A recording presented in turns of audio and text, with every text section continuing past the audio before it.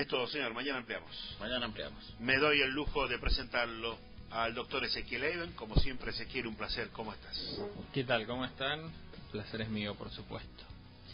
Bueno, en la columna de hoy vamos a tocar 3 temas e intentar conectarlos. Lo primero, lo que entendemos como un efecto Trump en la diplomacia que está tomando Estados Unidos respecto de sus relaciones con países en Medio Oriente. Después nos vamos a referir a los últimos atentados terroristas, donde hoy incluso se ha producido uno nuevamente. Y después en un homenaje que queremos hacer en una fecha muy significativa y que tiene que dejarnos una lección a todos los que vivimos en el mundo occidental.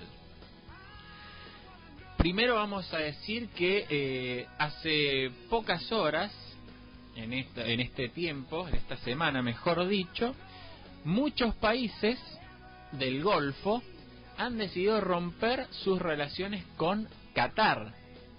Qatar, país importante que está sindicado por apoyar al terrorismo islamista, ¿no? Tanto en los atentados terroristas que se perpetran mundo musulmán puertas adentro, como en los que se perpetran contra objetivos occidentales en otras partes del mundo. Los Emiratos Árabes Unidos, Arabia Saudita, Egipto y Bahrein fueron los que dieron el primer paso diciendo que iban a romper sus relaciones con Qatar, cada uno alegando distintas razones, pero que en definitiva están conectadas. Por ejemplo, rompe relaciones con Qatar por apoyar grupos terroristas financiados por Irán, un gran centro de terrorismo islámico internacional. Cortan relaciones con Qatar por promover desestabilizaciones y conflictos, por promover falta de estabilidad y por apoyar la ideología difundida por Al-Qaeda. Bien, a ellos se le sumaron otros países también como Yemen, Libia y Maldivas. ¿Qué sucede? No es la primera vez que Qatar es señalado por países del Golfo, por países musulmanes o de mayoría musulmana si se quiere. Ya había pasado antes en el 2014, en donde estados del Golfo y sus organizaciones internacionales de cooperación habían decidido señalarlo a Qatar con una medida más leve. Habían retirado en el 2014 los embajadores, porque acusaban a Qatar de desestabilizar la región. Sin embargo, como vemos ahora, es una medida mucho más profunda. Es un rompimiento de relaciones que incluye medidas, por ejemplo, más drásticas, como interrumpir los vuelos internacionales, las rutas aéreas que unen a los países. Y por ejemplo, Arabia Saudita le otorgó 2 semanas a los ciudadanos que estén de Qatar en su propia tierra para que abandonen el país y se vuelvan a su casa. Es decir, son medidas mucho más profundas y mucho más fuertes. ¿Y esto qué quiere decir? Que de repente los líderes musulmanes se levantaron ayer, dijeron hasta acá hemos estado actuando mal y asumieron un compromiso con el contraterrorismo de la nada y dijeron acusemos a Qatar que está apoyando el terrorismo. Por supuesto que no. Familias gobernantes de esos países también apoyan al terrorismo. Sin ir más lejos, la propia monarquía de Arabia Saudita es de las familias más terroristas del mundo, que financia el terrorismo sunita y se queja de Irán, que es el que financia el terrorismo chiita. Entonces, ¿a qué debemos esta movida? Pues no es casualidad que hace un poquito tiempo que medimos en días y en semanas, el presidente de Estados Unidos, Donald Trump, hizo una gira por la región y allí le dijo en la cara a saudíes y demás estados: abandonen el terrorismo porque no los va a llevar a ningún lado. Entonces, por eso llamamos a esta medida una consecuencia del efecto Trump. Estos países han tomado medidas duras contra Qatar porque Trump ha tomado una posición dura o ha dado un discurso duro contra ellos. Cuando el discurso y la posición de Estados Unidos era más liviana, como la que tenía Obama, presidente en el 2014, las medidas eran más livianas. Por ejemplo, retirar embajadores. Ahora es rompimiento de relaciones. Entonces, he aquí que tenemos una gran movida internacional del presidente Donald Trump que sí lo diferencia claramente de su predecesor en cuanto a cómo se deben tratar a estos países que dicen hacer algo, pero en realidad por lo bajo hacen otra cosa. Esperemos que realmente Trump logre encaminar esto y realmente se aíslen aquellas fuentes del terrorismo musulmán que desestabilizan no solamente la región, sino que atacan blancos occidentales, que es el tema que vamos a tratar precisamente a continuación.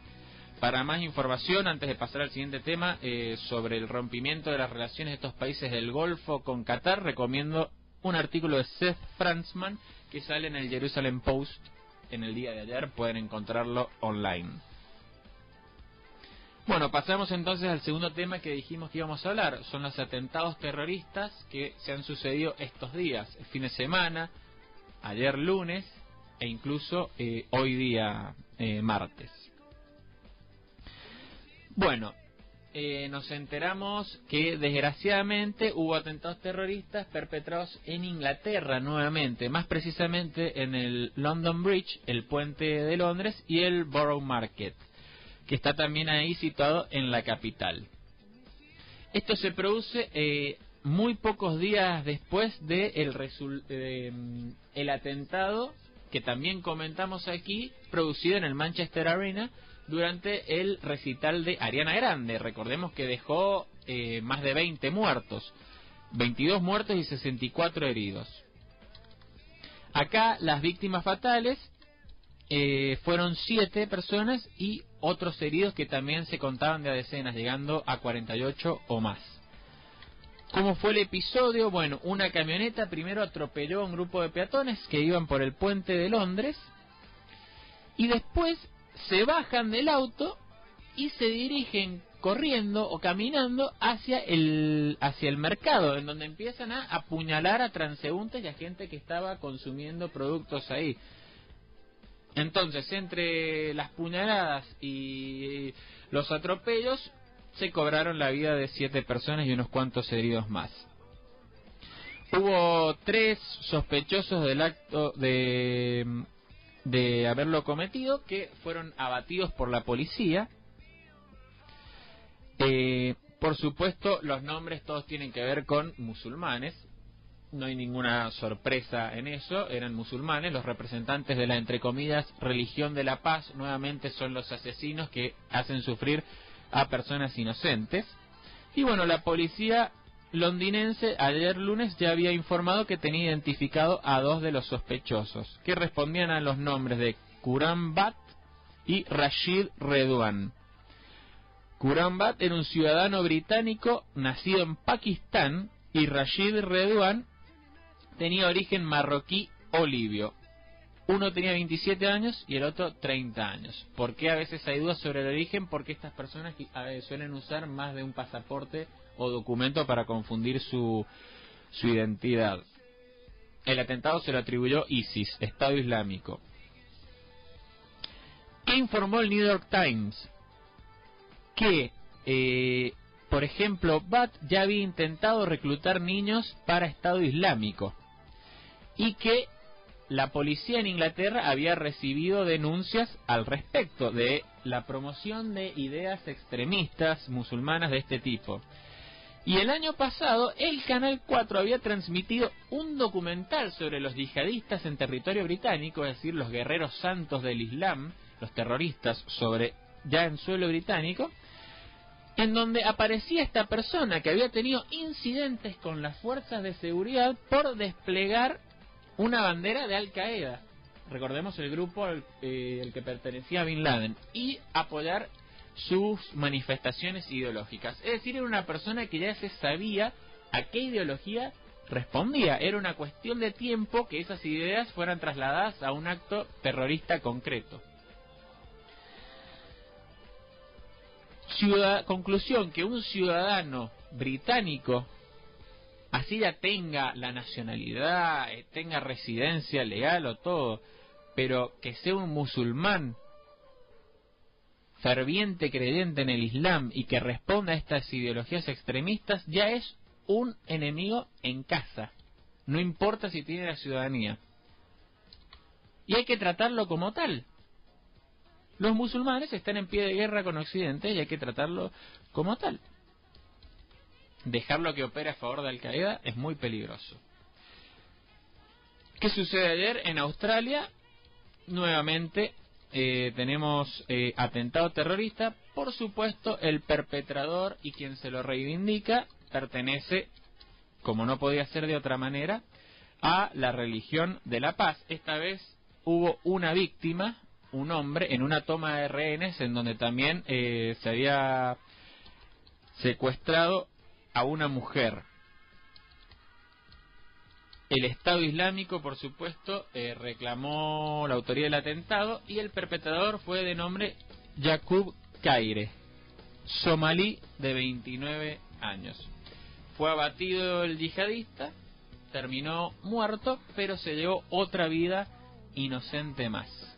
Y hoy en Francia nos encontramos con esta misma realidad de un mundo convulsionado.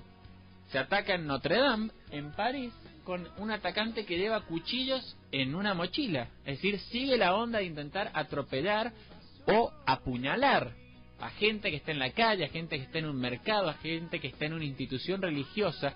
Todo lo que el mundo del Islam detesta: el progreso, la tecnología, las creencias distintas, el estilo de vida occidental. Esta vez el atacante, según las primeras fuentes de información que hay, dijo que actuaba en nombre de Siria. Y esto nos pasa al tercer y último punto, que es que da un poco de bronca y un poco de vergüenza tener que hablar de todo esto en una fecha que tenemos que rendir homenaje, porque hoy es 6 de junio y se cumple un aniversario más del día D, el desembarco en Normandía. Es lo que nos remonta a una época, la Segunda Guerra Mundial, donde Occidente sí y la civilización sí estaban decididos a enfrentar a los salvajes, a la barbarie, al poder opresor y totalitario que los amenazaba. Ahora estamos viendo atentados en países que se han dejado invadir por musulmanes y que no tienen demasiada reacción, que lo sufren todos los años y que están más preocupados por encajar en la corrección política que por combatir el enemigo externo y el enemigo en casa. El alcalde musulmán de Londres dice que no hay de qué preocuparse y es un alcalde electo por los londinenses.